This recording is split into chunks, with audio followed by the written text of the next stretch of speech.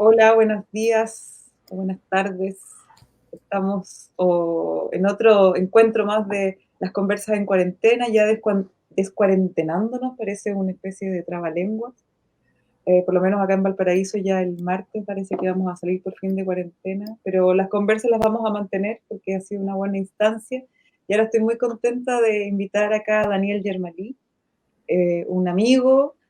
Nos conocimos con Daniel hace ya varios años, en el 2013, en un taller de Theremin que tomé, no porque me interese ser maker exactamente, sino que porque justamente parte de mi trabajo es conocer por lo menos algunas tecnologías para poder entender también lo que hacen los artistas. Y nos conocimos en un taller con la Connie Piña, me acuerdo que estaba también tomando ese taller, y fue muy interesante porque aproveché ahí de conocer el trabajo de las conversas, mientras soldábamos cositas, conocer el trabajo de Daniel, quien viene trabajando desde la música. Voy a leer aquí un poco el currículum que él nos ha enviado, eh, que él trabaja con el sonido en distintas manifestaciones a través de la participación en proyectos como músico y también como ingeniero. También ha colaborado en medios de comunicación comunitarios, en iniciativas relacionadas con arte sonoro y herramientas tecnológicas libres. Como músico y tallerista se ha presentado en Chile, en Perú, México, Colombia, Argentina, Uruguay, Brasil, Noruega, Lituania, Luxemburgo, España, Inglaterra, Portugal, Suiza, un montón de países, Holanda, Japón. Eh, Ha trabajado exponiendo para el Festival Pixel en Noruega, para el Museo de Arte Moderno de Sao Paulo, en el Festival Fábrica de Fallas en Buenos Aires y en Santiago. Y también ha colaborado con músicos y artistas de varios países como Tomás Tello de Perú, Luxemburgo, Marcelo Armani en Brasil, Panetone de Brasil, con la Connie Piña de Chile, con Gilberto Esparza y Marcela Armas de México. Y además es cofundador del proyecto Sudamérica Experimental Sudex, que es una plataforma de intercambio y colaboración de proyectos artísticos independientes en América del Sur. También ha sido organizador de la versión chilena del Festival Fábrica de Fallas y del Encuentro Internacional de Prácticas Sonoras Fricciones. Y también ha incursionado en el ámbito del paisaje sonoro con la producción de un disco colectivo que se llama Ferias Libres, Música y Paisajes Sonoros del sello Jacobino. Hola Daniel, menso Hola, hola, currículum. vale. currículum. Bueno, si uno ya está viejo, ya, ya va contando cosas. Está bien. Justo el otro día veía una charla de la Marcela Armas, una artista mexicana muy interesante, y ella justamente ahí comentaba que está colaborando contigo, justo lo veía. Que tenemos el honor Sí, ahora de tenerte y que nos cuentes tu trayectoria, que claro, como estás viviendo fuera de Chile hace mucho tiempo, quizás para mucha gente más joven de la comunidad de las artes mediales no te conoce. Así que bienvenido. va, muchas gracias. Sí, pues ahí ya les voy contando de esos proyectos. No sé si quieres ya empiezo de una vez como contándoles lo que, no sé, pues, sobre algunos proyectos en los que he participado. Y Sí. ya, Y mira. cuéntanos también cómo llegaste a esto, primero quizás, cómo te fuiste metiendo en este mundo de las Va. artes experimentales. Mira, voy a partir como con como casi que biográfico el asunto, porque todo va siendo como una historia que una cosa va llevando a la otra. Entonces, yo soy, bueno, para empezar, yo soy de Conce, nací en Concepción y me fui como a estudiar como la media a Santiago, me fui con toda mi familia, como sin haber tenido nunca como mucho contacto ni con la música ni con el arte, como ya igual típicos como cliché de cuando uno cuenta como su historia, pero bueno, yo llegué a Santiago y ahí empecé lo primero fue la música, empezar a interesarme en la música, a tocar. Y ahí en el momento cuando yo ya entro a la universidad, empiezo con los amigos de la universidad, yo entré a estudiar ahí a Bochef, a la Chile, y con algunos amigos que conocí ahí, arrendamos una casa en la calle Avenida España, en la España 375, donde teníamos salas de ensayo y empezamos a hacer tocatas. Esto es como el año que estoy hablando, como el 2002. Y ahí fue donde yo, que venía como de Conce sin conocer mucho, me ha interesado con la música, como teníamos ese espacio, lo empezamos a abrir para otros colectivos que hicieran como eventos, pues era una casa grande, se podían hacer tocatas. Y ahí fue donde yo me acerqué como a las primeras cosas que básicamente, como tú hablaste de, o sea, justo en la presentación se habla del sello Jacobino Discos, que fue ahí, llegó el Pablo Flores, el Pachi, a hacer como, a contactarnos, a ver si podía hacer alguna actividad, llegó otra gente de otras bandas, y ahí fue como mi proceso de empezar a conocer más gente y otras cosas, o sea, yo ya escuchaba música, me gustaba la música más rara, pero no conocía gente directamente que hiciera cosas. Y ahí fue como el primer paso como donde yo empiezo a hacer cosas, que fue cuando entré a tocar una banda que se llamaba Diablo, que se llama de hecho, que era una banda que ya existía. Ahí toca también el Herbo Pérez de la productora Mutante, que es súper movido. Y fue mi primer acercamiento, sobre todo como a tocar con gente, pero en realidad a lo más importante como todo lo que tiene que ver con la autogestión. O sea, como que con Diablo era una banda que de siempre organizando conciertos, buscando locales nuevos para hacer tocatas, editando nuestros propios discos. Y eso para mí fue súper importante, o sea, fue como algo súper, un aprendizaje súper bacán y como que marcó mucho de ahí para adelante todo lo que hice. Además que con la gente que toca en Diablo sigo colaborando y han seguido saliendo proyectos. Ahí está, esto era como, estas son las poleras de la banda de Diablo, y como era como era una banda, no es ni de metal ni nada, sino que era como jugar con la idea como esto del satanismo, pero más como no sé cómo decirlo, como que el satanismo no está solamente en las cruces de la vuelta y todo, sino que está en todas esas historias populares, leyendas, como mitos urbanos. Entonces usábamos mucho la imagen del niño gitano. Pero eso fue como el primer acercamiento. Y por un lado, por esta casa, donde era una casa donde hacíamos muchas cosas, entonces era estar conociendo gente siempre que hacía cosas interesantes y empezar a tocar en esta banda Diablo. Después ahí yo pasé como a otra casa también, como que se llamaba Cueto con Andes, ahí en la casa en esa esquina, donde también era un lugar que me fui a vivir con muchos amigos y también organizamos un montón de conciertos, fiestas, teníamos una biblioteca y también ahí yo tenía un espacio en mi casa para poder hacer cosas, pues entonces siempre invitando con el Herbo, siempre él organizando un montón de cosas. Y a partir de eso, como yo lo pongo, porque siento que es como lo más importante como si me preguntan cómo ha sido mi proceso de aprendizaje y de empezar a hacer más cosas, tiene un montón que ver con eso, pues con siempre estar participando en proyectos como colaborativos y con más personas. Entonces esa casa ahí duró 10 años, donde hicimos un montón, pero así cientos de conciertos, fiestas y un montón de cosas. Y ahí también con la misma gente de Diablo empezamos a formar otros proyectos. Pues este que está acá es como una carátula de un proyecto que se llama El Colectivo No, que es donde yo empiezo a entrarle como más, por primera vez experimentar, no sé, pues con la improvisación. El Colectivo No sigue, yo ya no participo, pero sigue existiendo. Es como un grupo de improvisación. En ese momento es como la primera formación que tenía, que está el Herbo, está el Negro de la banda Marcel Duchamp, el Polija de la banda Diablo, el Julio Cortés de la banda Fracaso, y era como la primera vez que yo participé como esto en un colectivo de improvisar y como de subirse a tocar. Bueno, digo subirse a tocar, la mayoría de las veces que tocamos ni escenario había, pero lanzarse a tocar y como con el tema ya de la improvisación, pues que también para mí fue algo como perderle el miedo a eso, a improvisar. Y aquí es como esto, para mí es como súper importante, que es como otro proyecto que formamos también con gente de Diablo que se llama La Golden Acapulco. Y esto también es como me marcó mucho, lo sigue siendo, porque este proyecto nosotros es con el Herbo y Polija, dos compañeros de la banda Diablo. Nosotros en Diablo queríamos tocar, pero por un lado, como era música que no es comercial, nunca había plata y no había problema con eso, pero todo lo que involucra mover una batería, tener que estar tocando 5 personas, requiere un montón, como por ejemplo nosotros siempre queríamos mucho irnos de gira.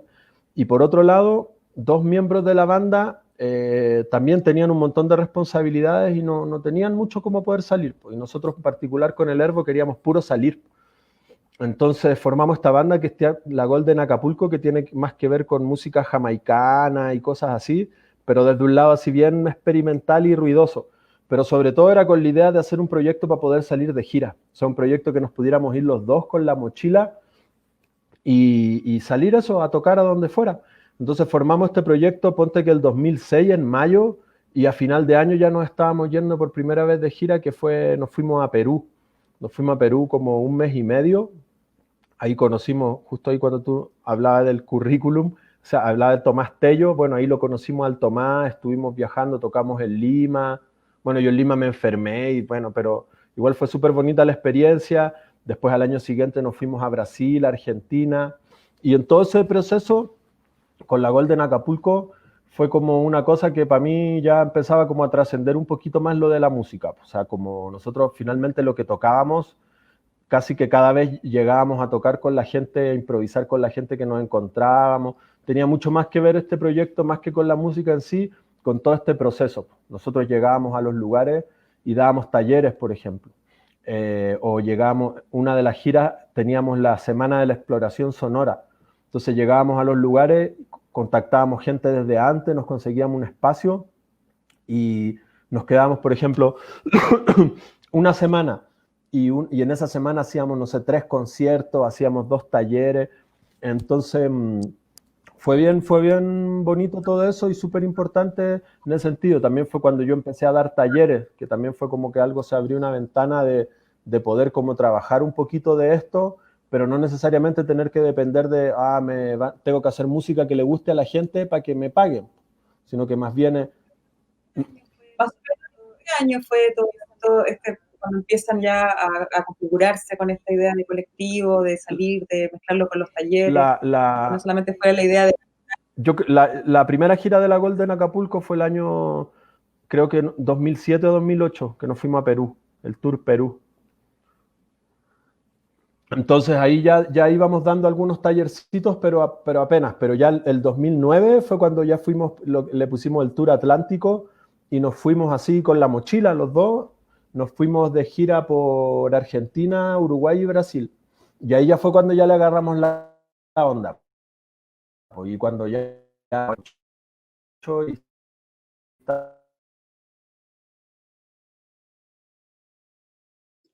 parece que está muy... Se está escuchando un poco cortado, Daniel. A ver, probando. A ver. Sí, como que te quedaste un poquito congelado.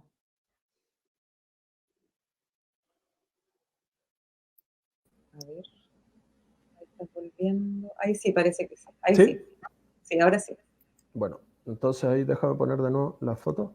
Bueno, entonces que en 2008 también está en el Uruguay. Pero la gira como más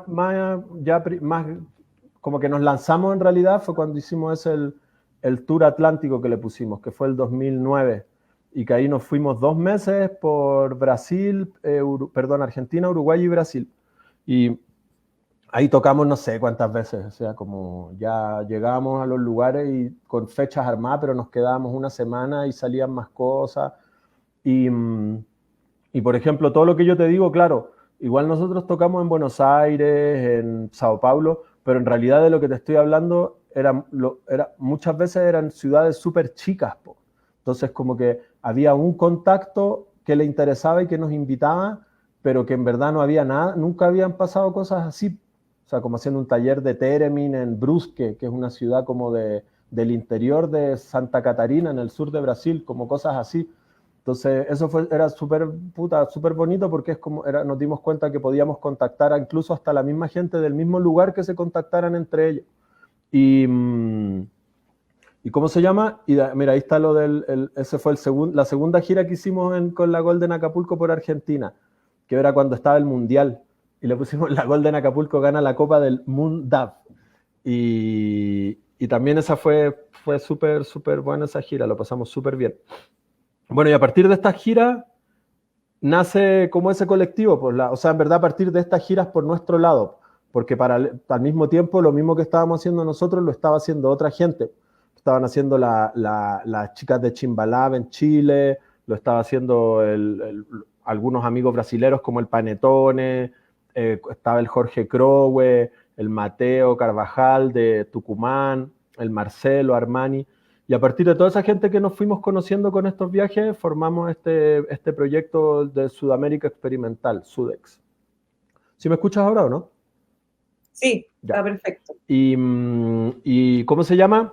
Y ese colectivo, ahí yo puse como un resumen, que era como eso, pues nos encontramos toda esta gente que estábamos como descubriendo las mismas cosas y dándonos cuenta de que, como eso, pues que nos empezamos a mover con eso, a hacer los talleres, sobre todo tocar, y formamos este colectivo como un poquito pensando en lo presencial, o sea, como redes de contactos y todo, habían, ¿te fijas? Y nosotros como que las usábamos y estaba súper bien, pero nosotros lo que nos interesaba hacer era como algo que fomentara como los encuentros presenciales. Como, en verdad era una excusa, era como esto puede ser como el proyecto más bonito y más importante en el que he participado y al mismo tiempo puede ser que no es nada, ¿te fijas? Era juntarse a hacer estos encuentros. Entonces hicimos eso durante como 3, 4 años, cada vez que, no sé, nosotros íbamos a viajar a Buenos Aires y justo las chicas de Chimbalab también y fue, bueno, Encuentro Sudamérica Experimental en Buenos Aires. Y nos quedamos en la casa del Jorge una semana soldando, haciendo talleres, tomando chela, cocinando, intercambiando conocimiento y haciendo tocatas en otros lados. Y puta, fue muy bonito. Creo que ahí puse una foto. Ah, esto fue después, al año siguiente coincidió que venía gente a Chile. Entonces, Encuentro Sudamérica Experimental en Santiago. Y ahí ya están las amigas de, ¿cómo se llama? De Brasil, estaba Vanessa, ahí estaba Carou, que fueron, estaba el Panetone. Y así, creo que hicimos el encuentro Sudex en Argentina, en Chile. Después con el Panetone fuimos a Río y organizamos también el encuentro Sudex en Río. Y ahora hace unos años justo coincidió la Connie y el Joaco, otro amigo chileno que vive en Alemania, coincidieron aquí en México y también hicimos el encuentro Sudex en México. Pero básicamente eso, como era como la idea de esto, de vamos, no tenemos ni apoyo ni nada, pero vamos juntémonos, estamos cerca, si yo viajo a otro lugar me puedo mover haciendo talleres, entonces esa era la idea un poquito de Sudamérica Experimental, que no está muerto, sigue vivo como siempre, pero también no hemos hecho cosas últimamente, cada uno estaba en su rollo y todo, entonces a ver cuándo toca de nuevo que nos juntemos. Igual curioso ese movimiento tan orgánico, ¿no? Como que se haya dado en tantos lugares distintos en Sudamérica, en una época Sí, que todavía no existía este intercambio tan directo que pasa ahora con las redes sociales, ¿no? Como que, ¿cómo se iban contactando ustedes? ¿Cómo era esa red? ¿Cómo se fue tejiendo? bueno, esa red, que también es como un poco, en esa época era como Mail, ponte, y MySpace, pero en realidad como que eso fue lo que nos dimos cuenta, pues eso fue lo que nos dimos cuenta que en verdad la red la hacíamos los que estábamos viajando. O sea, nosotros mismos íbamos contactando, no sé, por ejemplo, a la gente de Jacobino Discos con los amigos brasileros que tocaban. ¿Te fijas? O sea, como que en ese momento nos dimos cuenta del poder o las posibilidades que tenía esto de andar viajando. O sea, de hecho con el Panetone, con un amigo brasilero de esto que está acá, hasta dimos en ese festival Pixel, hasta dimos una conferencia como que súper acá, como medio picado académico, porque como que el concepto que decía el Panetone era ¿cómo era? Human Mobile Media, que igual era como hasta un chiste porque como que la conferencia era darle ultra mega color a esto de andar con la mochila viajando, pero en realidad eso era, porque tú llegabas a un lugar y te regalaban, por ejemplo, la gente de ahí te regalaban sus fanzines, sus discos, pero puta, a ti te quedaban 2 meses más de viaje, entonces tampoco podías ya ir acumulando cosas, entonces si 2 paradas después del viaje encontraba ya a alguien que a lo mejor tú pensabas, a este hombre le va a gustar esta música que me dieron en este otro lado, tú lo ibas dejando ahí el material, entonces como que un poquito eso es lo que era el chiste de esto de Sudamérica Experimental, pues, o sea, cómo tú te podís conocer por redes sociales, o sea, lo hacemos y lo hago y también lo he usado un montón, pero igual es súper distinto cuando es el movimiento de las personas el que va conectando, entonces como que eso fue lo que nosotros nos dimos cuenta, pues eso fue como, bueno, si esto es muy bacán poder estar viajando y ir conociendo gente porque vais conectando, vais generando esa red. Y eso era como la gracia que nosotros como queríamos hacer con todo esto. Bueno, me recuerda a la Connie cuando nos comentaba también en una conversa que tuvimos aquí, ese viaje que hizo por Latinoamérica y que ella se sentía como la Violeta Parra del noise. Claro, claro, no, total, pues, o sea, como eso genera como, o sea, yo he ido a lugares ahora último, como, no sé, yo fui a Costa Rica, ya he ido varias veces, tengo muy buenos amigos y es porque la Connie pasó por ahí primero, pues, ¿te fijas? Y eso es lo que hemos venido haciendo todo este tiempo. O sea, nosotros fuimos con la Golden Acapulco acá, a Argentina, y están todos los contactos disponibles para la Connie, para la otra gente, entonces como que esa es un poco la gracia, pues, y son otras confianzas. O sea, yo me lanzo, o sea, yo conozco a alguien por internet y quiero ir a un lugar y voy igual, pero no es lo mismo cuando ese lugar es la Connie que me está diciendo, no, si yo estuve ahí, son muy buena onda, tú vas como con otra confianza. Entonces, como que de eso se trataba como un poco ese proyecto. Y se trata porque finalmente como que seguimos siendo miembros orgullosos de Sudamérica Experimental y todos ya seguíamos viajando hasta hace unos meses y aumentando esa como red de contactos. Eso y ahora en el contexto este de que están cerradas las fronteras, ¿cómo han conversado ese tipo de desafío que implica no poder O generar? sea, como así no hemos tenido asamblea de Sudamérica Experimental para tratar la contingencia, pero la Connie vive acá, po. O sea, yo me junto con ella y claro que hemos conversado y igual es como un replantearse, pues, porque de hecho como que al final de la presentación ya viene un poquito más como las ideas para ahora, porque finalmente como tanto la Connie, yo igual y varios otros amigos, como que en realidad ese viaje ha sido súper central en lo que nosotros hacemos. O sea, como más que incluso que, o igual que la música lo que sea como de práctica, como artística, lo que sea, el viaje en sí siempre ha sido como algo súper importante, pues, y claramente, pase lo que pase, sí va a haber, se van a modificar esas cosas. Entonces, como que claro que sí plantea como volver no sé, pues eso, como replantearse. Y también entretenido, ir buscando a ver qué sale. Bueno, Mira, yo sigue ahí con también, ahí cómo va evolucionando tu trabajo, cómo va cambiando, mutando ahí. mira, ahí va como el otro flyer de algunos talleres, como de los primeros talleres estos, o sea, como ahí construí tu propio instrumento electrónico, eso fue en Mendoza. Y aquí mira, y aquí ya como viene como una pausa, pues, porque yo empecé con estos viajes como el 2009 y el 2011, ahí yo ya me lancé, pues ahí yo ya estuve prácticamente todo el año fuera. Ahí fue cuando pude ir la primera vez a Europa, que fue a este festival Pixel, y ese mismo año hice un viaje por Argentina de nuevo y Brasil, que estuve como 8 meses dando la vuelta, y ahí fue como un poquito como llegó en cierto momento y dije, ya me cansé, quiero como parar un poco, pero no quería vivir en Santiago. Y ahí fue la inquietud de venirme a México, como buscar hacer base en otro lugar por un tiempo, y ahí es donde yo me vengo, el 2013 yo me vengo a México. Y, ¿cómo se llama? Y ahí llegué como con los contactos a participar en un espacio que se llama el Media Lab MX, como que me invitaron yo cuando venía a México apliqué la misma técnica que hacía cada vez que viajaba a algún lugar, por empezar a contactar a un montón de gente y buscar espacio para dar talleres, para tocar. Y la gente del Media Lab me dijo, sí, vente, nosotros no tenemos un espacio físico ahora para hacer talleres, pero te conseguimos algo seguro y si queréis, vente a trabajar acá los meses que tú estés. Y, y llegué al Media Lab y al final tuve ahí unos meses, me tocó viajar de nuevo después y cuando volví a México me dijeron, no, pues si quieres, intégrate. Y acá el trabajo en el Media Lab, que bueno, finalmente son mis amigos, me hice amigo de ellos, fue como un poquito como por primera vez acercarse a algo más institucional, ¿ya?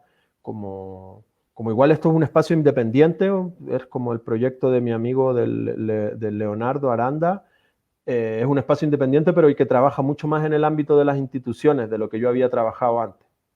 ¿Ok? Entonces, también fue súper interesante porque también fue un poquito yo en Chile, nunca he participado en nada que tenga que ver con una institución.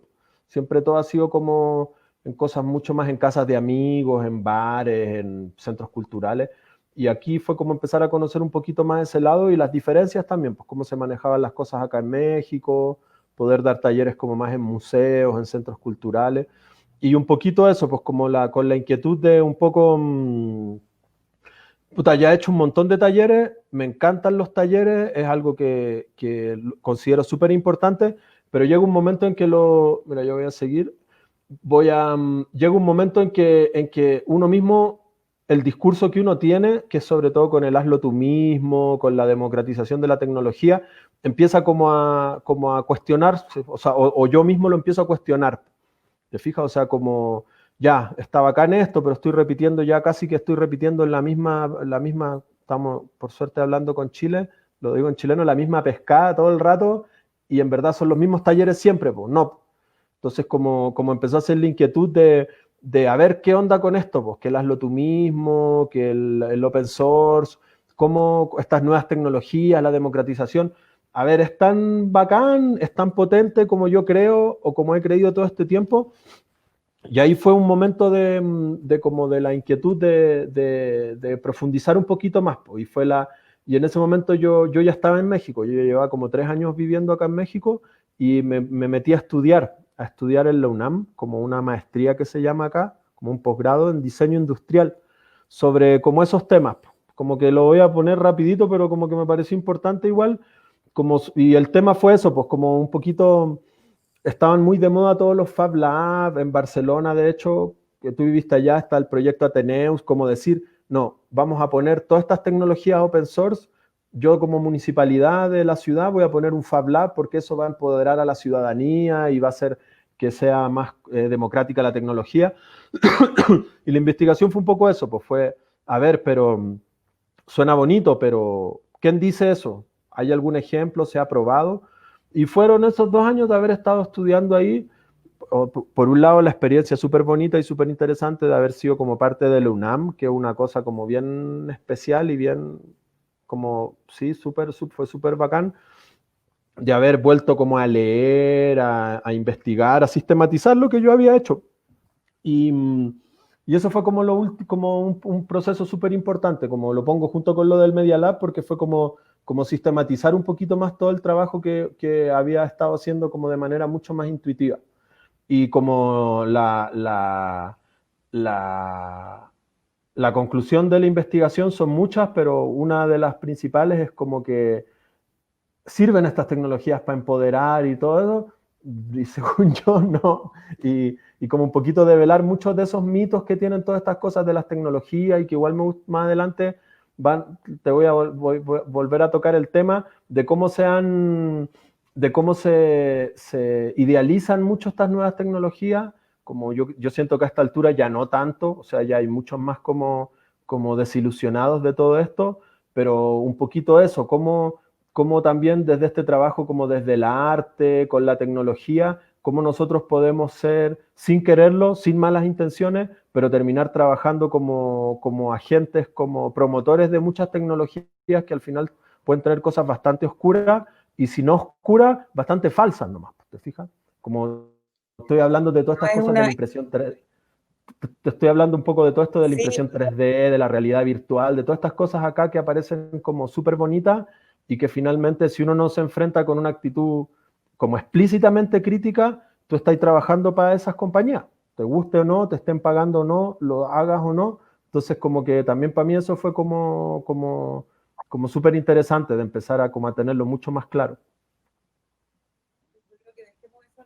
sí, yo creo que dejemos eso en reserva porque es un tema que me interesa mucho. O sea, hasta qué punto también todas estas prácticas que parecen que vienen desde la autonomía, desde estos imaginarios también más utópicos, a veces terminan pareciendo domesticadas también, entonces está el taller y te crees que estás empoderado porque aprendiste a soldar unas cositas Exacto. y se queda así como un poco también naif, ¿no? Dentro Sí, de la intención original era una crítica y pasan después a entrar a una maquinaria más dentro de la lógica de los makers y de ciertas tendencias, así como de hazlo tú mismo, comprar el kit para hacer algo y exacto.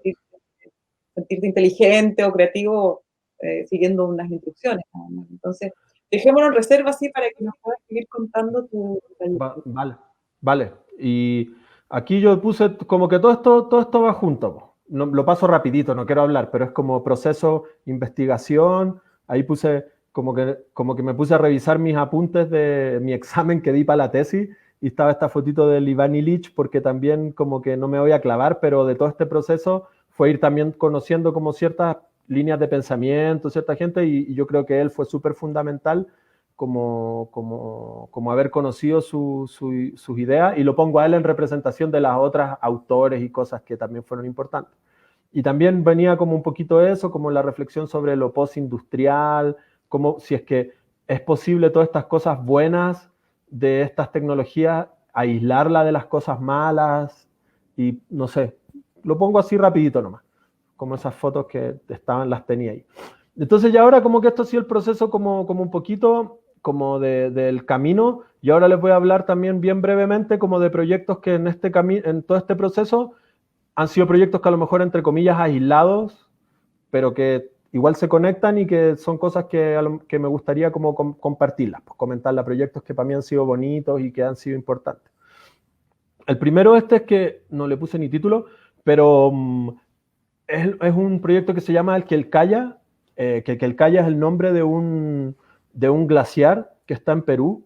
Es un glaciar tropical, que suena medio raro, pero es como, está cerca del Cusco. Entonces está en una zona que no es como ni de los polos ni nada, pero está tan alto que hay glaciares.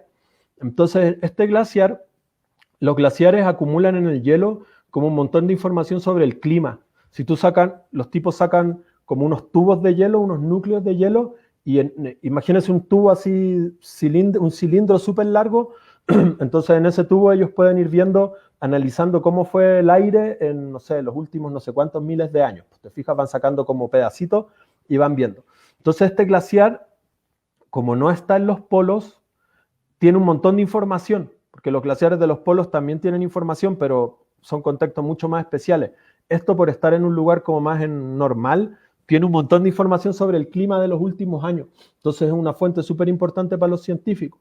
Pero, como se podrán imaginar, se está derritiendo a una velocidad, pero así cabroncísimo. Entonces hay como muchos científicos estudiándolo. Como parte de una de estas expediciones de un ¿cómo es? ¿Cómo se llama? Glaciopaleontólogo, ponte que es la especialidad. Un amigo mío peruano, que él es antropólogo, estaba participando en una de estas expediciones al glaciar, como haciendo estudios sobre el impacto del cambio climático en las poblaciones de la gente de los criadores de alpaca. Y me invitó a mí y al Tomás Tello, un músico peruano, nos dijo, bueno, invitó al Tomás y el Tomás a su vez me invitó a mí, como aquí fuéramos a hacer algo con el sonido allá arriba. Y nos dice, no, yo voy a conseguir que los incluyan en el proyecto. Bueno, al final no consiguió que incluyeran a nadie, pero nos dijo, bueno, si llegan al Cusco, yo los llevo hasta allá arriba y los conecto con la gente de allá y todo.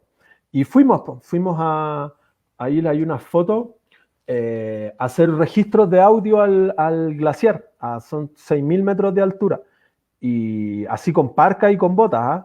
Los locos de la expedición como científica iban con caballos, con no sé cuántas toneladas de equipo, nosotros con los amigos que viven allá, en moto para arriba, era un viaje como tú salías ahí del Cusco y era un viaje casi como tenía que estar como un día y medio viajando para llegar hasta el glaciar, dormir allá, y puta, no, increíble, increíble, de los lugares más increíbles que he estado, la gente que vive allá, imagínate, 6.000 metros de altura, están ellos con sus alpacas ahí, tienen una mente así como puta, no, fue muy, muy, muy, muy, muy bacán.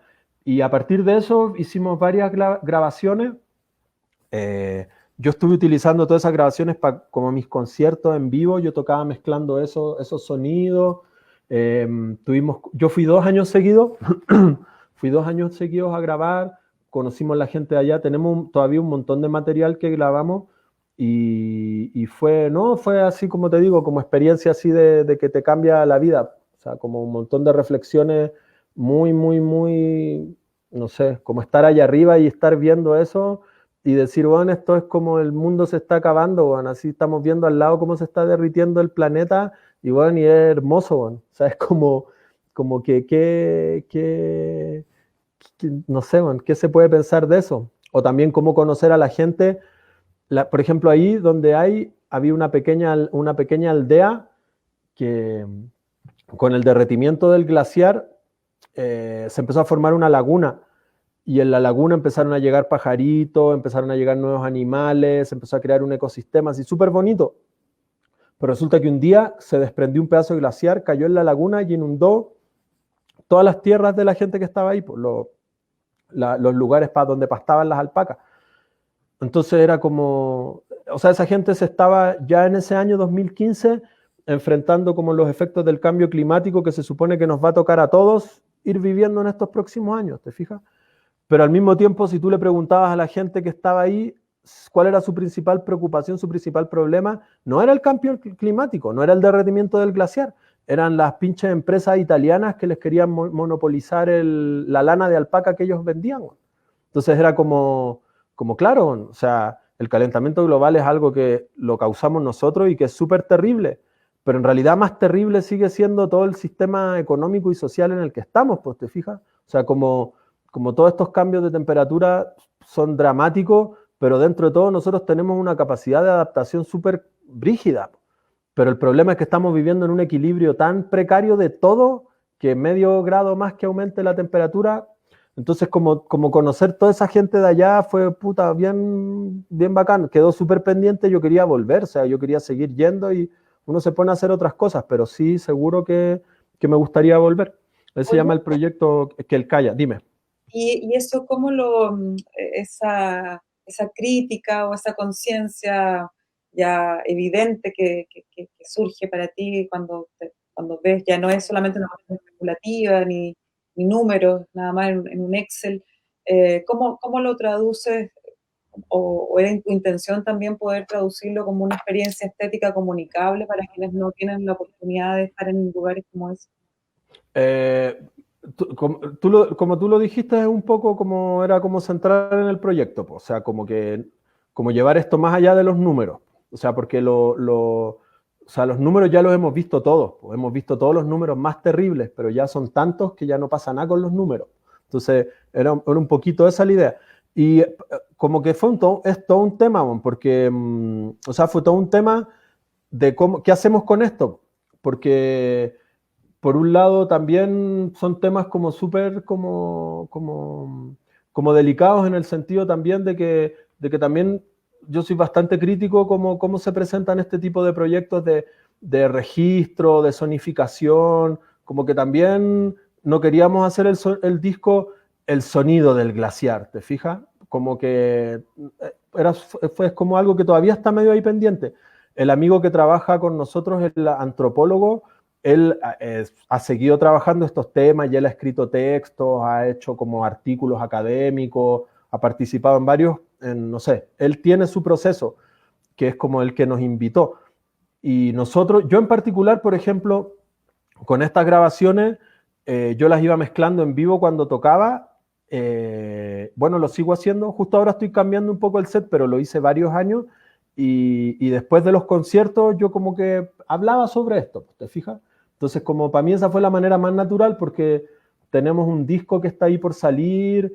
Hay como que esto va a seguir teniendo salidas, pero lo que se quedó como lo que estuvo más a la mano y fue como más orgánico y natural, era eso, pues yo lo uso para tocar en mis conciertos y después de los conciertos, igual cuando son conciertos donde tocan 8 proyectos a las 3 de la mañana, no, pero en las instancias cuando se podía, era como un poco compartir lo mismo que te estoy contando a ti, como después del concierto a la gente que estaba ahí. Entonces esa fue como un poco la manera de socializar esto.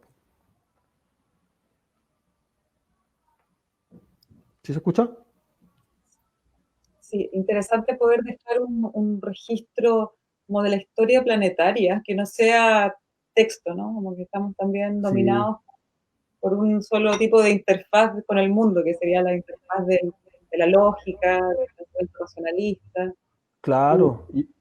Y eso es lo que tiene como todo esto del hielo, pues por ejemplo, así como yo entendí cuando me explicaron ya y cómo es esto de qué es lo que están haciendo. El glaciar va retrocediendo, pues, se va derritiendo. Entonces cuando se va derritiendo, van apareciendo plantitas y distintas cosas que estaban escondidas del hielo.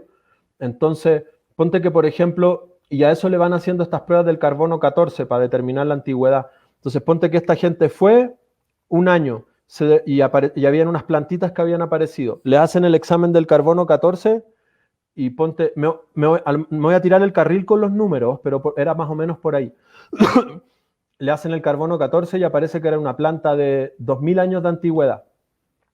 Y resulta que 5 años después el glaciar sigue retrocediendo y aparece otra plantita más. Le hacen el carbono 14 y la plantita tiene 5000 años de antigüedad.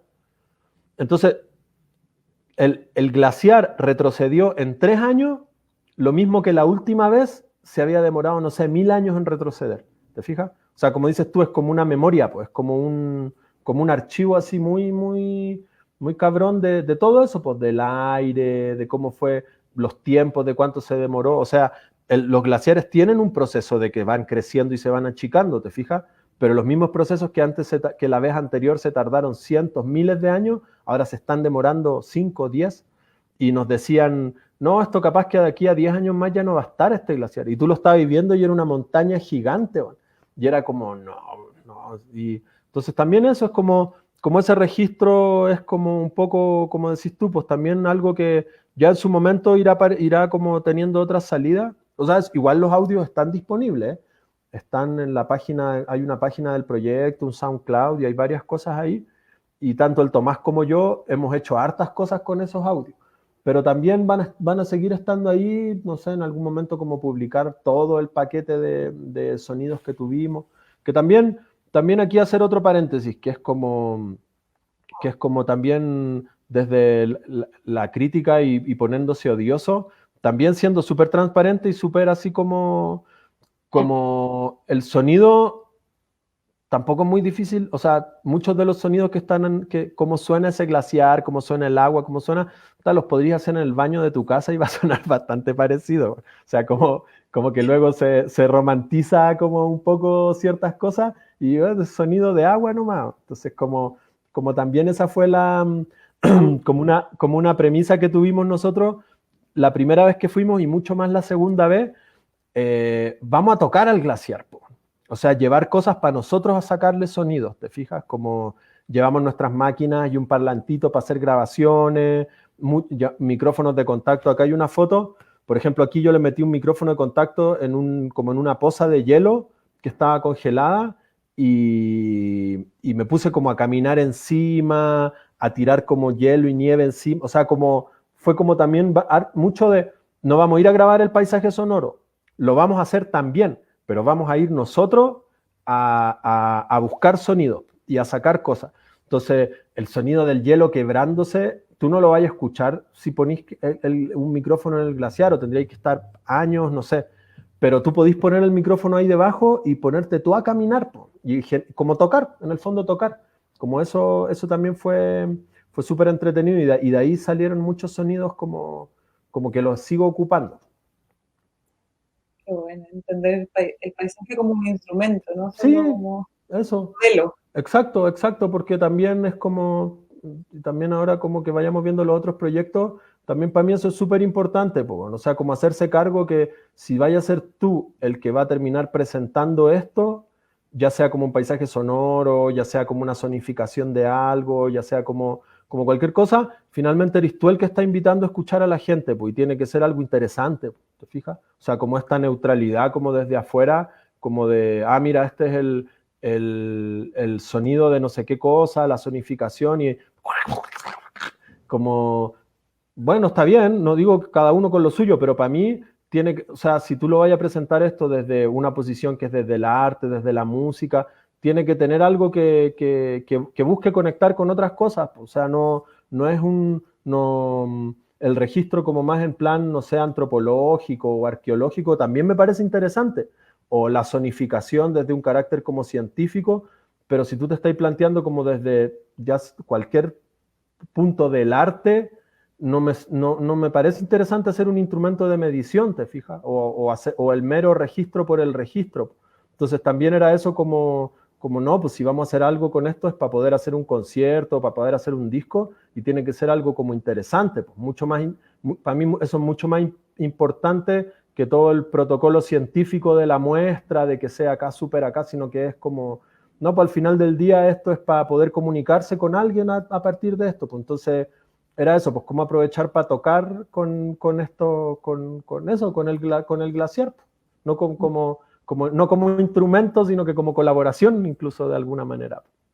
Ahí te queda otro tema. Tendríamos para hablar de muchas cosas, ¿no? Profundizando sobre esa también como pretensión del arte de tomar el rol de la ciencia. Claro, sí, o sea, como que por eso también para mí es como, yo igual estudié ingeniería, yo no terminé ingeniería, pero yo tuve gente cercana de gente que son científicos y en realidad es como que a ellos ni les interesa esto si no está calibrado, certificado, entonces como que en verdad, para empezar, no voy a hacer un esfuerzo para hacer algo que a ellos no les va a interesar y por otro lado, váyanse a la chucha, po. O sea, como que no me interesa la generación de conocimiento desde ese mismo lugar que es como, sí, pues, o sea, que es como súper, no sé, hegemónico, no sé, como que un punto, la ciencia se plantea como la verdad, po. Claro. Y no sé. Y Es que sobre todo, la ciencia ha sido la historia de las equivocaciones de los científicos. Esa es la historia de la ciencia. exacto, po. Y además también incluso desde el otro punto, ya ni siquiera pensándolo, no, que no me interesa la ciencia, no, sino que el hecho es ese, pues, como volver un poquito a lo mismo que decías tú, po.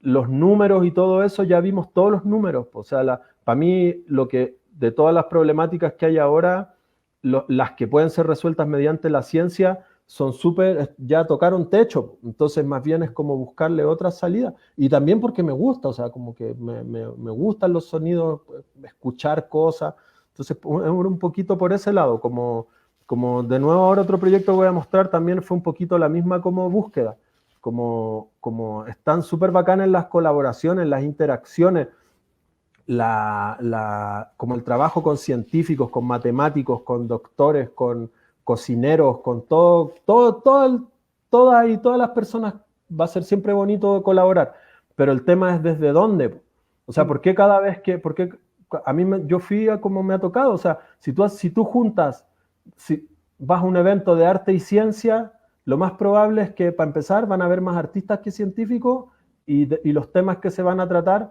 van a ser mucho más adoctrinar a los artistas que en la ciencia, más que chasconear a los científicos. ¿Te fijas? Entonces, ¿por qué siempre que se piensa en este lazo tiene que ser como ir a buscar la verdad en la ciencia? ¿Te fijas? ¿Por qué tienen como que... Y para mí en realidad es mucho más interesante la interacción inversa, po. O sea, que los científicos salgan de su zona de confort, po. O sea, como que si los artistas les interesa aprender de protocolos científicos y todo, puta, bacán, si en verdad cada uno tiene que buscarle para donde sea. Pero ¿por qué en realidad buscar la validación de lo que uno hace? Porque sea bajo las normas y las reglas de los científicos. A mí me tocó en una presentación de un proyecto que igual también ahora lo voy a mostrar, acá en el Centro Cultural de España, como un foro estaba el Gilberto Esparza, estaban otro chico que tenía un proyecto de cine y había un científico experto en cambio climático. Era sobre sustentabilidad, ciencia y arte. Y resulta que le estábamos estábamos mostrando con el Gil el proyecto en el que estábamos trabajando, un proyecto de él, que es con agua contaminada. Ahora lo muestro rapidito. Y el científico, como un científico bien hondero, de estos que usan como sombrero acá, nos miraba así, le encantaba, y como que le encantó el proyecto y todo, pero al final dice, igual, qué bonito, pero al final aquí los problemas estos son los científicos los que los vamos a resolver, ¿verdad? Como medio como que no importa mucho lo que ustedes hagan, está bonito como divulgación, pero bueno, en verdad sabemos que es la ciencia la que va a hacer esto. Y a mí me dio como, ¿qué estáis hablando? Y al final, y él me decía eso, los que han resuelto siempre los problemas en la historia y todo siempre han sido los científicos. Y yo le decía, pero bueno, en realidad los científicos son los que han hecho todos estos problemas que estamos ahora. Entonces, más bien, si tú me preguntáis quién tiene más derecho a opinar, tú o yo, por eso, en verdad eres tú el que se debería quedar callado, porque donde estamos es mucho más culpa de la ciencia que de cualquier otra cosa, ¿te fijas? Entonces, como eso también me parecía, pues igual se enojó un poquito el señor, pero era como una metáfora nomás, pues no le estaba diciendo que se tenía que quedar callado. Pero es como volver a buscar las respuestas donde en realidad, puta, son los que tienen como un poquito la cagada en este momento. Claro, y que tiene que ver sobre todo también yo creo que con la separación tan radical que ha habido entre las disciplinas. Porque Claro, la ciencia deja de ser simplemente el conocimiento por la verdad y se vuelve instrumental a la industria, es que nos queda esos problemas. Y también la pretensión de que el artista también sería alguien volado que está en su esfera ahí haciendo cosas para venderlas en una galería o para entrar en un museo, también es otro vicio, yo creo, de esta hipersegmentación disciplinar que ha aumentado en modernidad, ¿no? O sea, antes claro, total. en los pueblos ancestrales, originarios, la figura del chamán era una mezcla entre artista, científico también, que experimentaba con plantas, donde había una concepción de unión con lo ritual, con la vida cotidiana incluso. Entonces yo creo que son justamente estas separaciones así tan categóricas las que nos han llevado a un momento de crisis. Claro, de una. Y sí, pues básicamente eso, pues y también es como, como, sí, o sea, lo de la búsqueda de la verdad, yo incluso en la antigüedad lo pongo en duda, pero lo pongo en duda porque no sé. Pero ahora sí sé que no, pues. O sea, yo sí sé que los científicos, incluso los más brillantes y los más bien intencionados, su jefe es un ingeniero. Entonces, como que toda esa máquina apunta a generar datos, generar datos, generar datos. Entonces, también como mirar con ese ojo crítico, pues. Como que está mucho esto, como dices tú, esta percepción romántica del científico como este buscador de la verdad y todo. Y como, de nuevo te digo, yo no sé si alguna vez fue así, pero tal vez sí, pero sí sé que ahora no, po. Entonces como que un poquito también es eso, como esa parte crítica frente a esas relaciones también. Mire, si quieres, ahora sigo. Después Sí, aquí el otro proyecto que agregué es como una banda también aquí en México. Otro proyecto fue formar una banda con unos amigos de acá, amigos mexicanos, un amigo chileno, que se llama La Redada, que es como de música tropical, pero viejita, como danzón, cha-cha-cha. Y eso ha sido como también otro proyecto bien que me ha tenido como bien, no sé si ocupado, porque no es un proyecto de tiempo completo, pero bien entusiasmado y como en mi corazón bien presente. Y con él hemos hecho como algunas giras y ha sido como súper bonito también como experimentar con la música, pero desde un lugar como más de música, desde la música popular, por decirlo así, como de las tradiciones más latinoamericanas. Igual también tiene sus ruiditos, sintetizadores, theremin, pero es como mucho más la investigación de estos ritmos como tropicales más antiguas.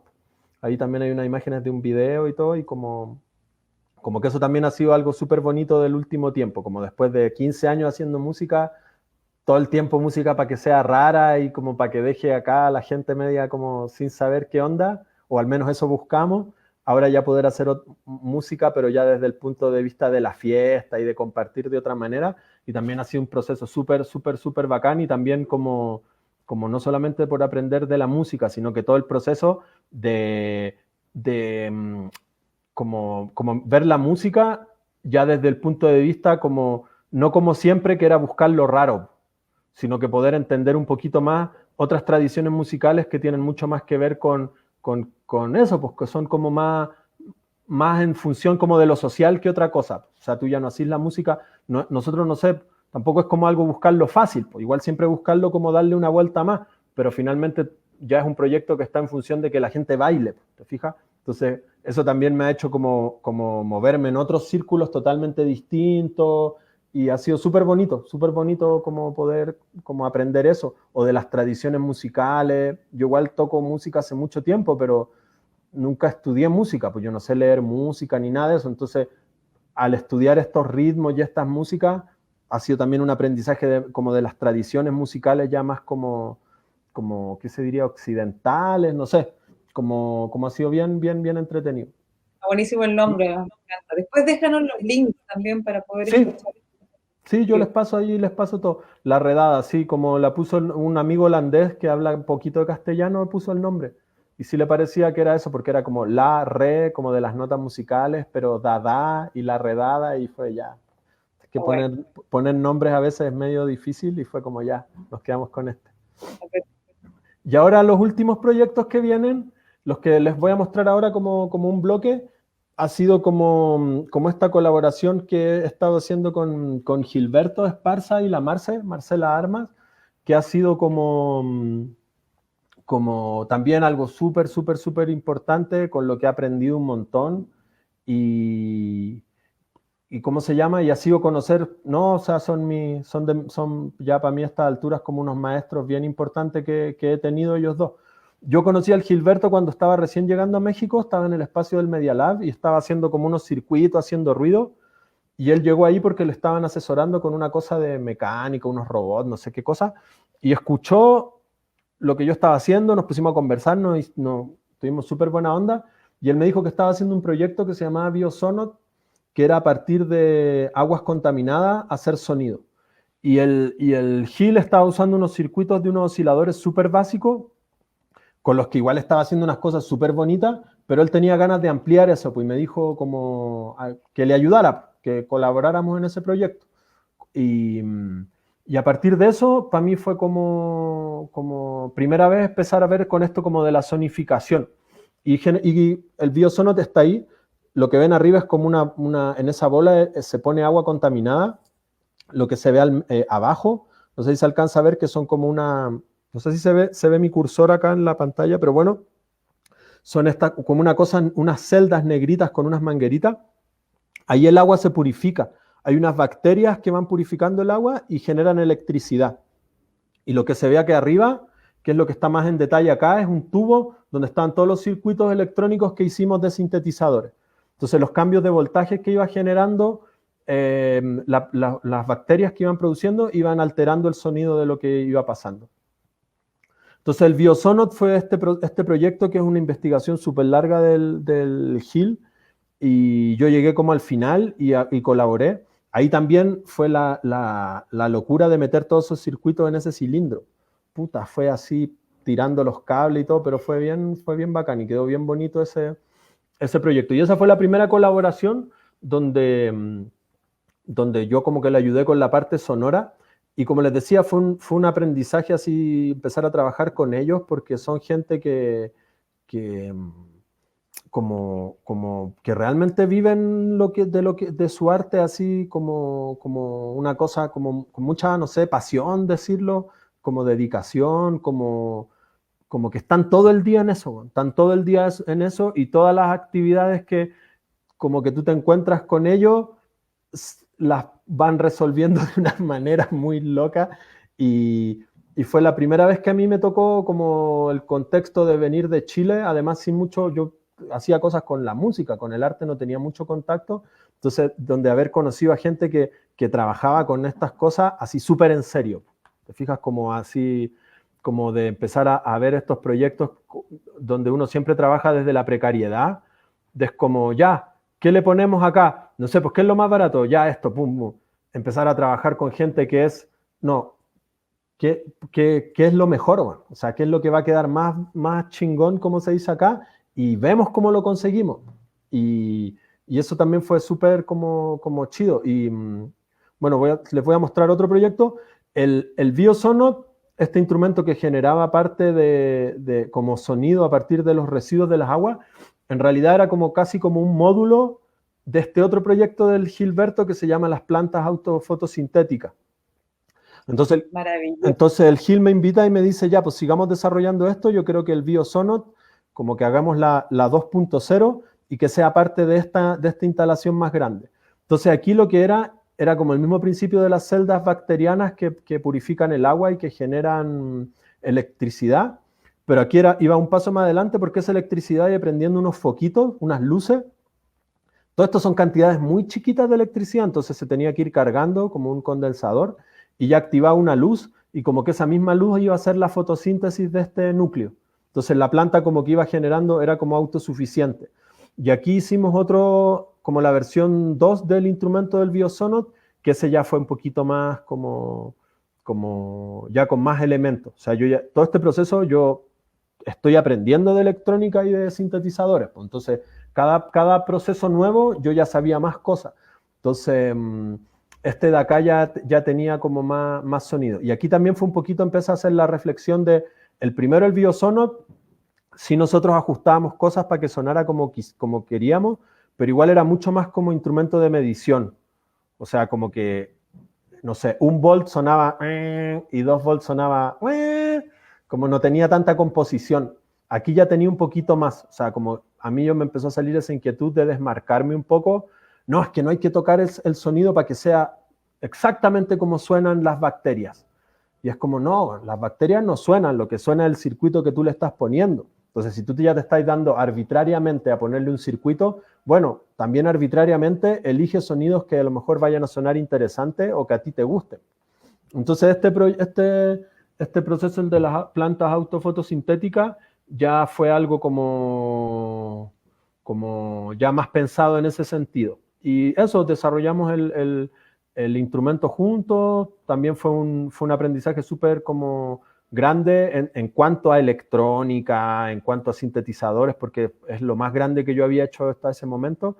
Y como les digo, trabajando con ellos, que son así, el equipo básicamente es el Gil y el Diego Liedo, un amigo también de acá de México, que también es un capo de todo, y un capo en el sentido, que es lo que más he aprendido, un capo en pegarse el piscinazo y decir, no lo sé hacer, pero aprendo, ¿te fijas? Y de cómo todas estas herramientas como que hay de información, puta, saberle buscar, como todo, el autoaprendizaje al final, que es algo súper importante, y, Napo, fue como este proceso del Biosonot y de las plantas autofotosintéticas. Esto de acá de las plantas autofotosintéticas yo creo que van a seguir dando vueltas y tal vez en algún momento termina montándose en Chile, porque yo sé que el Gil tiene harta relación con allá y es súper bonito, o sea, es como un escenario de película Alien y no está, ojalá pase por allá en algún momento, yo creo que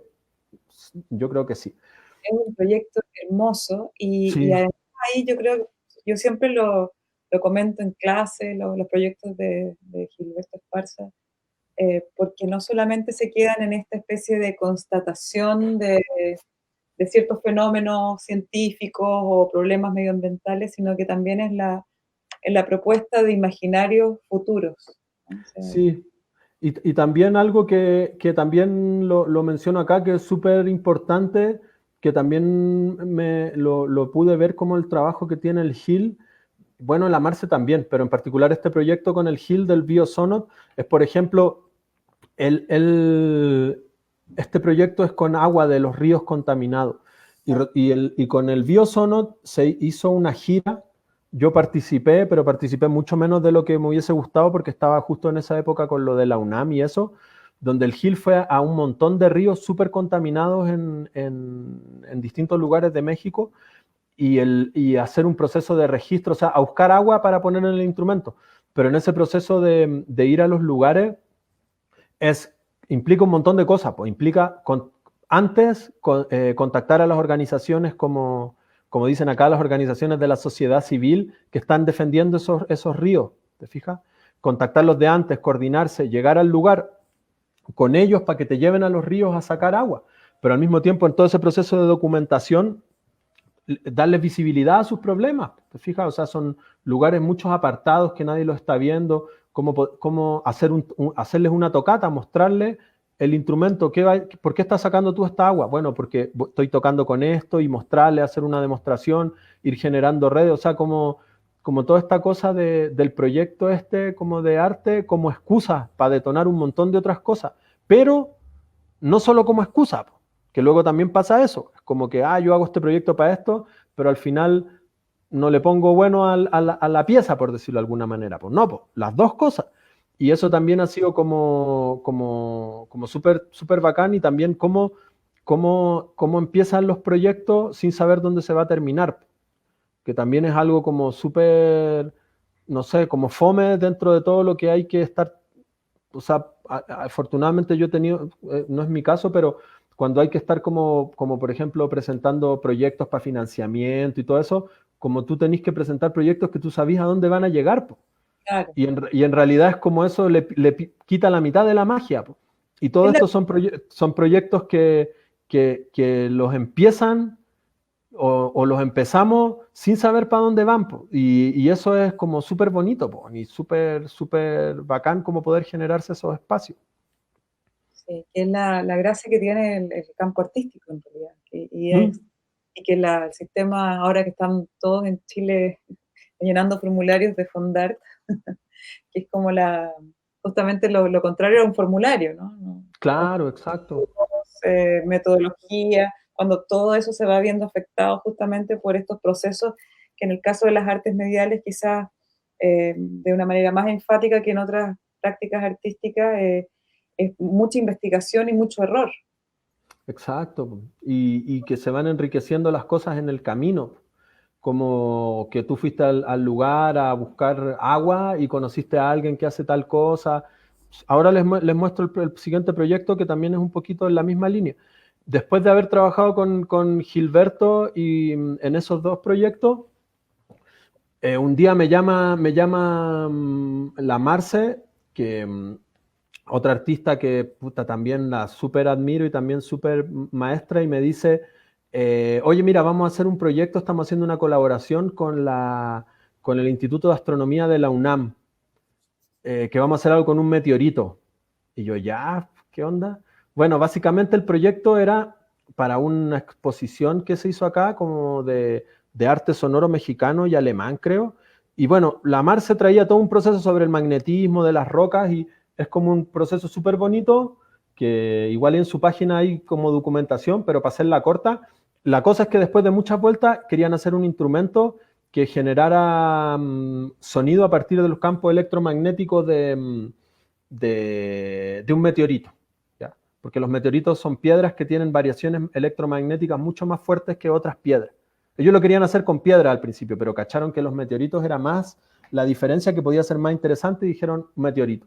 Y lo empezaron a desarrollar ellos y en cierto momento dijeron, no, pues que invitemos al Daniel para que se vea la parte del sonido.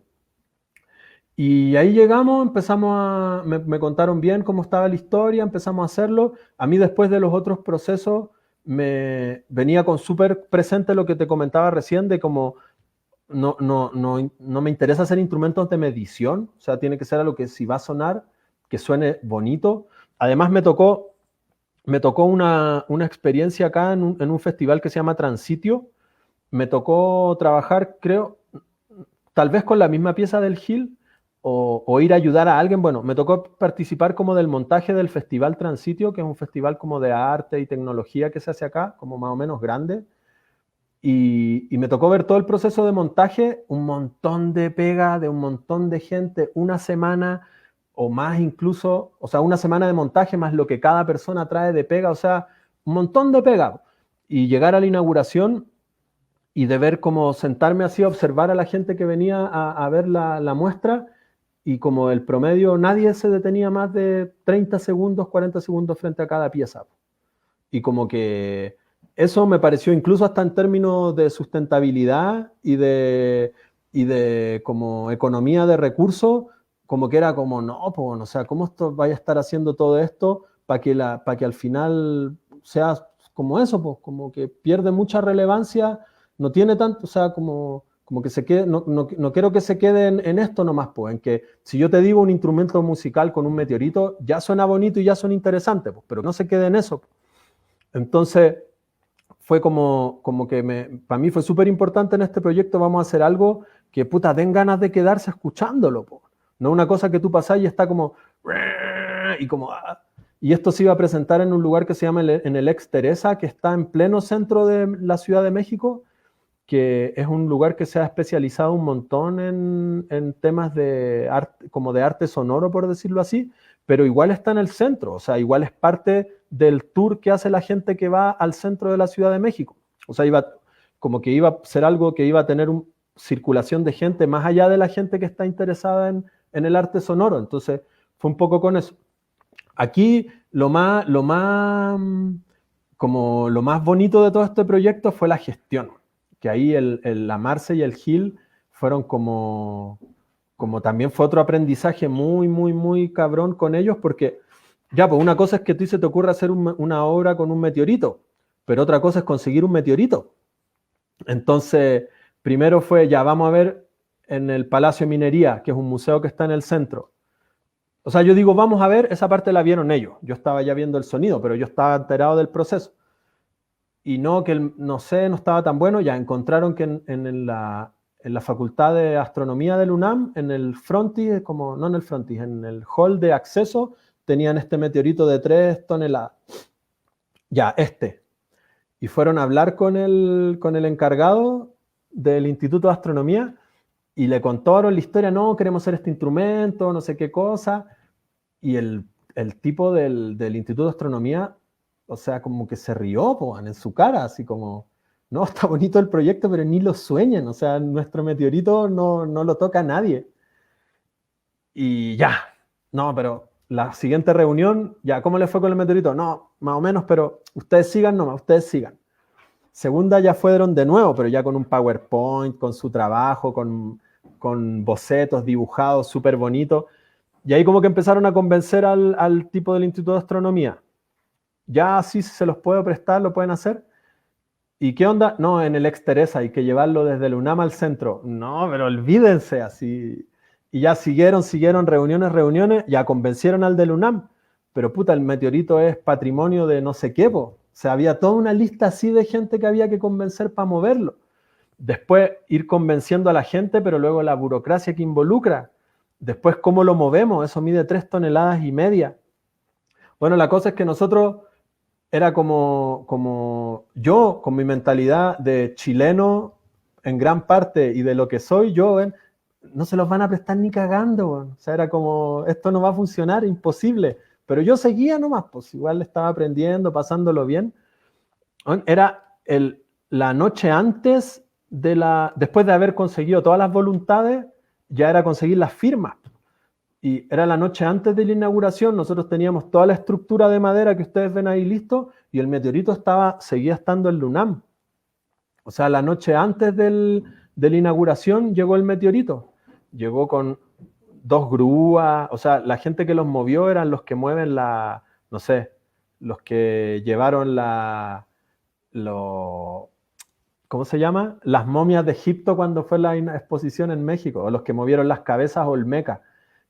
Y llegó el meteorito, bueno, y llegó y se hizo el proyecto y fue súper bonito. Ahí está la imagen, bueno, ahí está la imagen, no se alcanza a apreciar, debía haber sacado una foto un poco más épica. Esto se montó en el Ex Teresa, que es un ex convento que está en el centro de la Ciudad de México. Esto se montó como en la nave principal, que tiene como unos vitrales arriba, entonces a esto en el día le caía una luz, o sea, era como así místico total. Tú entrabas ahí al lugar y era como que le caía esta luz desde arriba al meteorito y sonaba.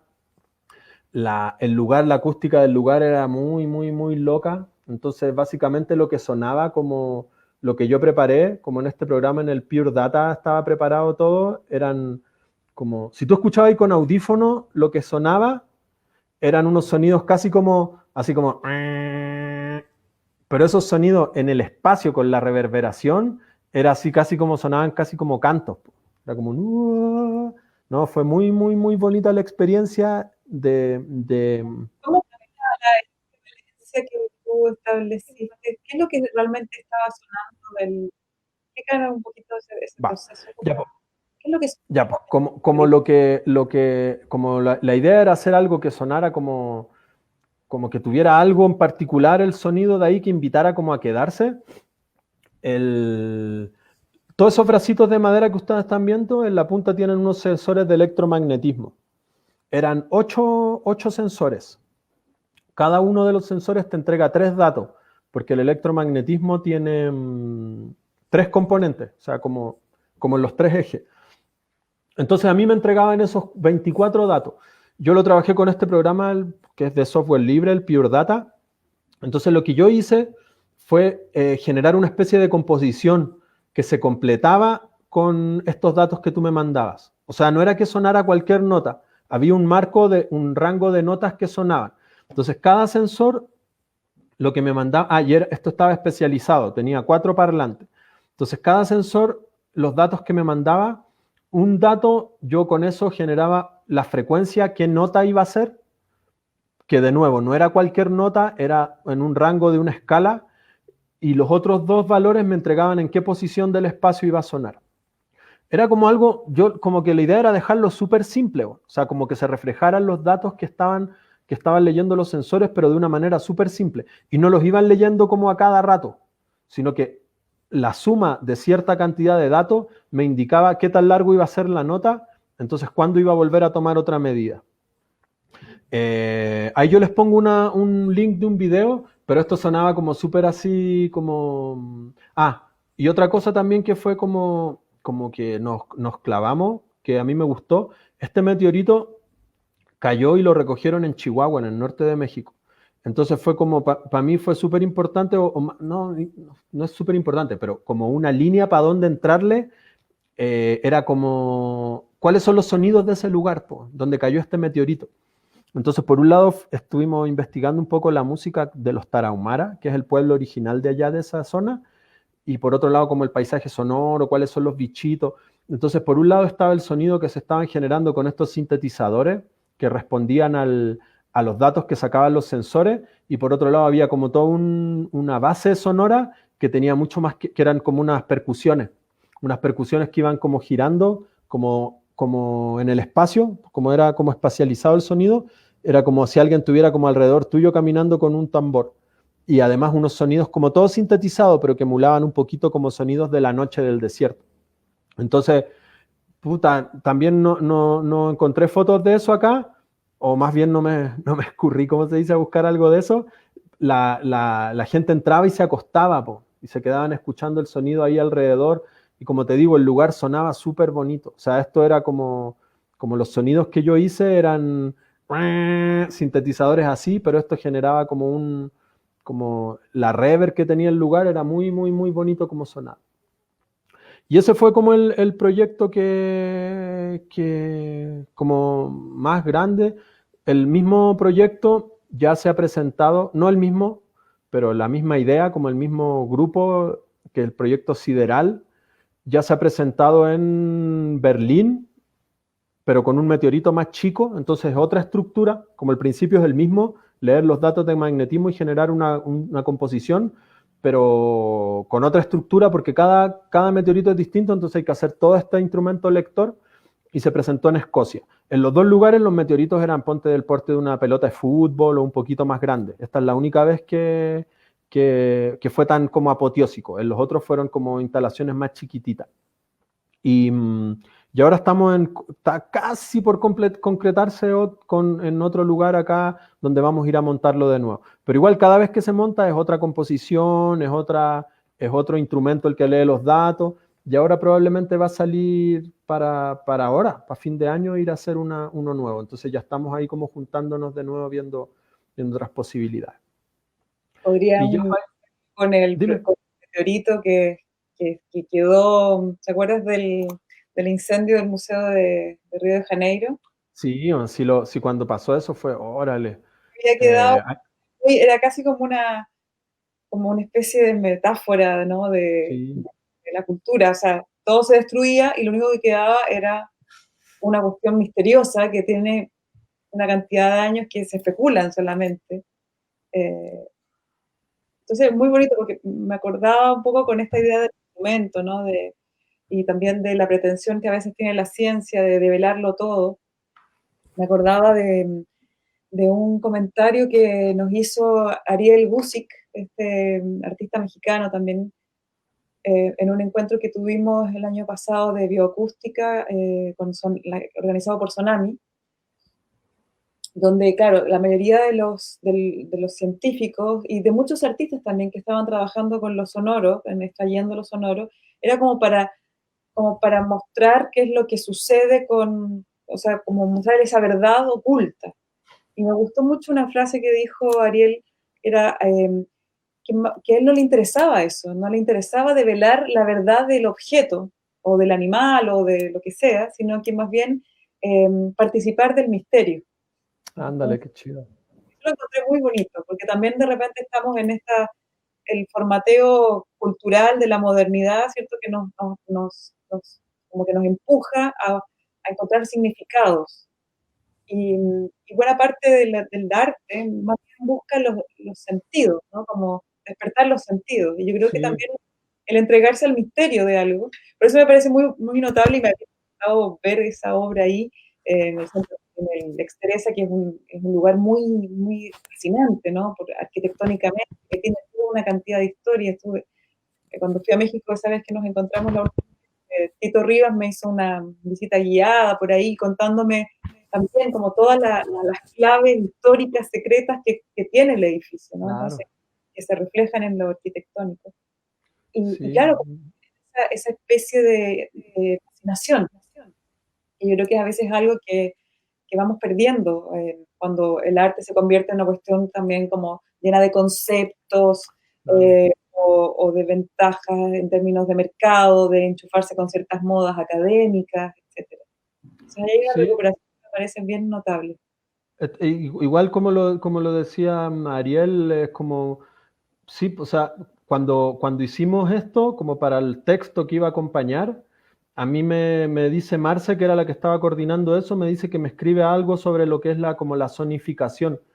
Y era un poco como expresado, como un poquito esa era la idea que yo intentaba expresar, pues, o sea, como que no estamos haciendo instrumentos de medición, no estamos, eso como de traducir datos, no es lo que queremos hacer, o sea, como la idea aquí es, podemos hablar un montón de cosas sobre la memoria, que era un poquito la idea de como que había detrás de esto, cómo la memoria quedaba acá y también algo súper importante e interesante, pero yo siempre lo digo de manera así como súper como aquí ya pesado y todo, pero si es para aprender cosas como concepto y todo, puta, yo leo un libro, o sea, como si uno se va a enfrentar a este tipo de cosas es para que te pasen cosas a otros niveles, o sea, como si no tiene eso, es todo el equilibrio, porque también está en el otro lado esta cosa súper espectacular de luces, proyecciones y que no tiene ningún contenido, que tampoco me parece interesante.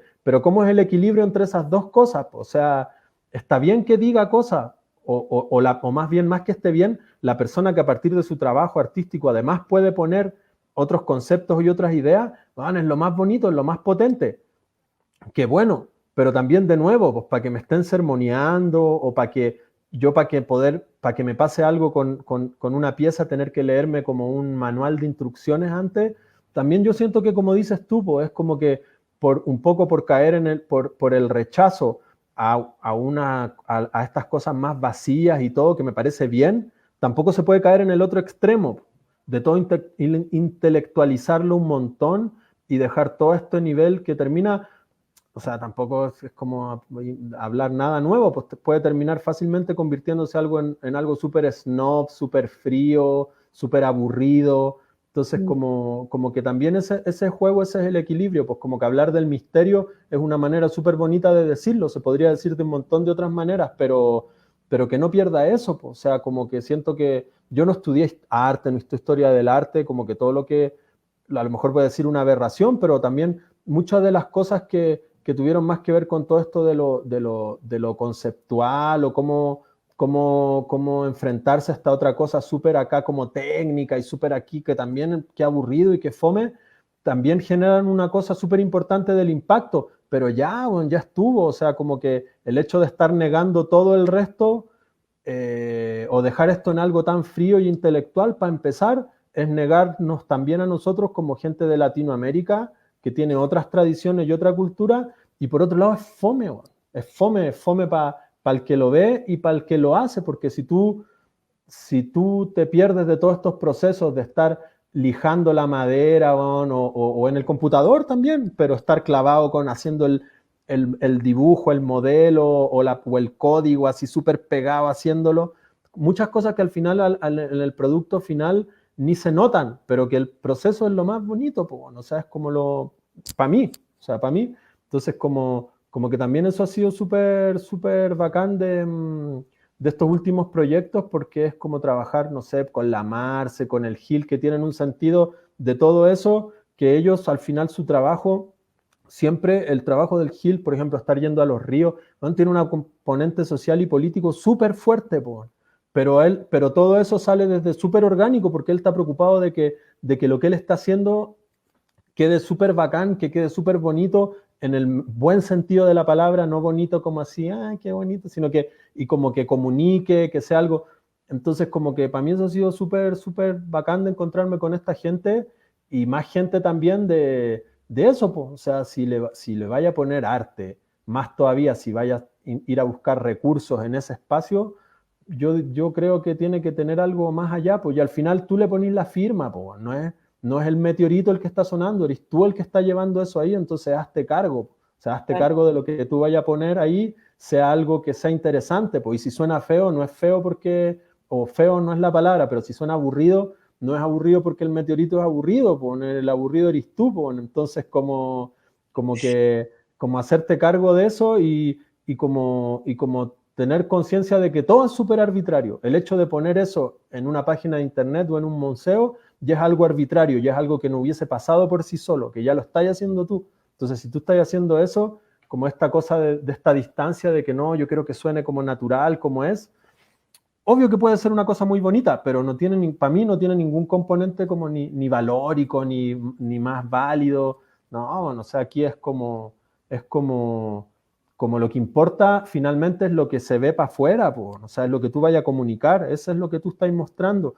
Todo lo que hay detrás ya es cosa tuya, bueno, y al final nadie se va a enterar de eso. Entonces, lo que importa es cómo se escucha, cómo se ve y como todo ese proceso para llegar hasta ahí, pues. oye, Daniel, aquí tenemos algunas preguntitas también de nuestro público fiel. ¿Mm? Hay saludos de Miguel Soto, de Raocaya, de la Ito, y Brian McCarran también, eh, que le gustó el comentario de ya vimos todos los números, muy de acuerdo, y también nos hace una pregunta, para la composición de las nuevas versiones, ¿siguen mezclando el ámbito sonoro del lugar donde cayó? Me parece muy linda esa Sí. aproximación. Sí, sí, sí, esa es la idea, esa es la idea. Y también de manera no literal, o sea, como es una inspiración de la que nos agarramos para empezar a construir como todo lo sonoro del espacio. En la primera versión, tal vez era entre comillas un poco más literal, porque estaba súper presente y era algo que cabía súper bien. Pero, pero de nuevo, pues la idea es como no amarrarse a nada que no nos tengamos que amarrar y tampoco caer en cosas como pues muy literales, como todo este tema incluso hasta por temas de apropiaciones indebidas, es como un punto de partida donde empezamos, pero no es literal. En la que tal vez sale ahora, que es en México, yo sí tengo como ciertas ideas que sí serían partiendo desde el punto de vista del contexto, pero más bien actúa como detonante para empezar como con la investigación y a tomar decisiones. Si eso ya queda más presente de manera explícita o no, ya lo vamos viendo en el camino, pero es como ya. ¿Cómo empezamos? Ya. ¿Dónde cayó el meteorito? Ya. ¿Qué onda en ese lugar? ¿Qué había alrededor? ¿Qué era lo que sonaba? ¿Qué era lo que...? Entonces, sí, sigue siendo como el punto de partida. Y también, de nuevo, para mí en ese sentido, es como algo que también ha sido mucho aprendizaje del trabajo con la Marce, sobre todo, bueno, con el Gil también, de que finalmente es como esta cosa de ir picando por distintos lados y ir para donde te van tirando. No tanto como algo como un amarre, no, tiene que ser con los sonidos del lugar, ¿te fijas? Pero tú vas a buscar ahí, po, y igual y eso que vas a buscar ahí te manda para otro lado, nada que ver, po, y es como ir como con ese juego. Oye, y la Ito pregunta también, ¿cómo integran lo político? ¿Registran, publican? Yo creo que un cuestionamiento como súper fuerte ahora, como personal, como desde los espacios donde hemos trabajado, con los que comparto. De hecho, yo ahora justo yo les mostraba que yo era parte del Media Lab MX Y yo justo hace 2 semanas me salí de ese espacio también por como ciertos cuestionamientos en ese sentido. Y yo creo que es como, para empezar, para mí tiene que ser siempre desde lo personal parte. O sea, a mí me parece como súper, voy a poner el ejemplo de la música, que es como lo más directo. Me parece súper bonito que a alguien a lo mejor, si le resulta bien, haga una letra de una canción con un mensaje político directo.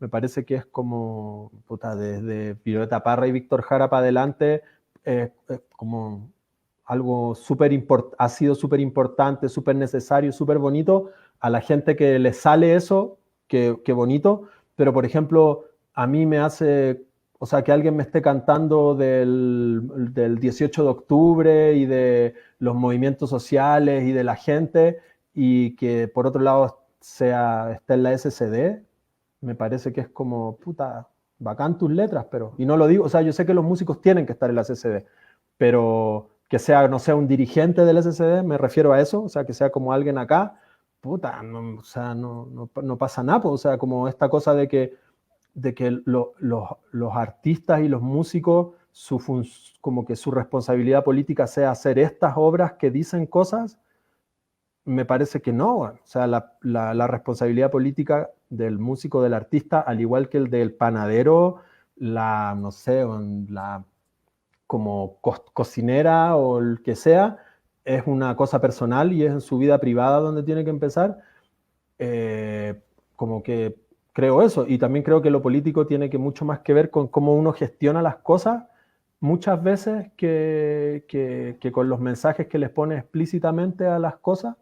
O sea, como, de nuevo, yo tengo, no sé, en mi banda tal vez favorita de Chile es Marcel Duchamp, que tiene unas letras políticas así súper fuertes y directas, y bueno, me parece, hay gente que le sale eso muy bien y es muy bacán, pero creo que es mucho más importante el otro aspecto, o sea, cómo estamos gestionando las cosas, cómo nos estamos moviendo, y luego, ya si tú como eres artista o como eres músico, además puedes generar estas otras cosas que pueden servir o de propaganda o de comunicación, cuánto mejor. Pero yo creo eso, o sea, yo veía desde lejos o sea, lo que estaba pasando en Chile en octubre del año pasado, y veía sobre todo los músicos, y estoy hablando de músicos del aparato, de la industria cultural musical chilena, como, no, yo me pongo aquí, hay que, sí, y hicimos una canción para no sé qué, la gente, ya bacán, güey, pero ¿qué hay hecho tú fuera de la tele, güey? ¿Qué hay hecho fuera del SCD? O sea, eso es lo más importante. O sea, los músicos en Chile, qué bueno que estén haciendo letras y apoyando, qué bueno, pero en realidad más importante sería que ellos estuvieran cuestionando cómo está haciendo el sistema con que se está administrando su trabajo, para qué están trabajando. ¿Te fijas? Entonces, como que yo creo eso es lo primero. Y después ya, por otra parte, de cómo se pueden ir generando no sé, estas otras salidas para lo que uno hace, yo creo que es un proceso que ahora es como, puta, es el momento en que estar viendo qué va a pasar con eso, o sea, como desde la academia, desde las redes sociales, desde los colectivos, todas las cosas en las que hemos trabajado y en las que hemos movido nuestro trabajo y en las que no hemos comunicado, están como en un cuestionamiento súper grande en este momento, como en un punto de incertidumbre que en cualquier momento salen para cualquier lado, pues no sabemos cómo van a evolucionar. Entonces yo siento que para mí en este momento lo más importante o lo que más quiero es volver a retomar y generar nuevas redes como de confianza, de amigos, de eso, de colaboración, de amistad, de apoyo, como fortalecer ese tipo de redes. Y también un poco, yo lo pienso también en el ejemplo de la música, pero también yo creo que aplica para todas las artes.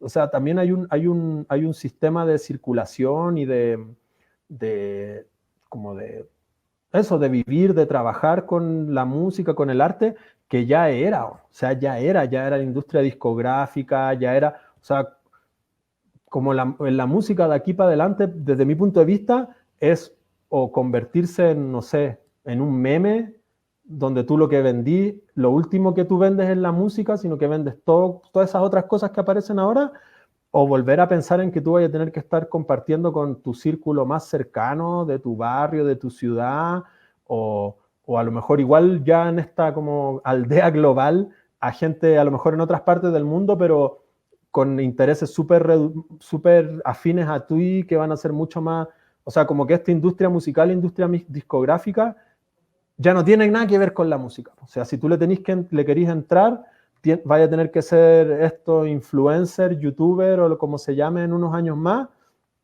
Y si realmente a ti lo que te interesa la música, o sea, búscate otra pega paralela, da clase, Eso toca en fiesta. Dime. es otro ámbito, digo que también en otras artes, que yo lo veo Sí, muy fuertemente como profe, donde nos tendrán engaños los cabros estudiando arte para hacer la figura tradicional del artista de galería o de museo, de bienal, cuando en realidad la práctica artística puede estar desplegada en trabajar desde el taller del barrio o ser director de fotografía en una película, la autogestión o el pensamiento artístico aplicado o sea, a una huerta comunitaria, en fin, o sea, creo que implica un cambio más profundo de las estructuras y dónde uno se ubica ahí, tener esa conciencia. Oye, exacto. ha estado súper entretenida la conversación, pero ya estamos llegando al final. Buena. Sí, yo Eh, también ya terminé con la presentación. Te mandan saludos acá, la Ito dice invitado a Raocaya. Buena, saludos, bacán. Brian también dice que me encantó tu charla, me siento totalmente identificado con tus visiones sobre tu proceso artístico. Abrazo grande y muchas gracias. Va, un abrazo también. Corazones por ahí que van saliendo. Eh, ya ha sido compartido como 11 veces la entrevista, así que muchísimas gracias por esta conversación No, a ti. y la tenemos que continuar, por supuesto. No, y también es parte para mí eso de lo que decía, pues, como de empezar, de como volver a retomar las redes, volver a hacer otra. También es súper bacán poder, bueno, igual esto es por internet, es para todo el mundo, pero igual es como para Chile, pues. Entonces también para mí es bacán como tender lazos allá, pues, o sea, como estar así en comunicación. Entonces muy bacán y muy agradecido. Sí, no, un abrazo grande ahí también a la familia, a los amigos por allá. Va, no, pues que les vaya súper y ahí cualquier cosa estamos en contacto. Eso, y gracias. Y estén atentos porque la próxima conversa en cuarentena va a estar con una buena invitada que aún no nos confirma, así es que relacionada con lo que hemos hablado hoy día también. Así que ya que estén muy bien, Va, abrazos. chao, chao, cuídense.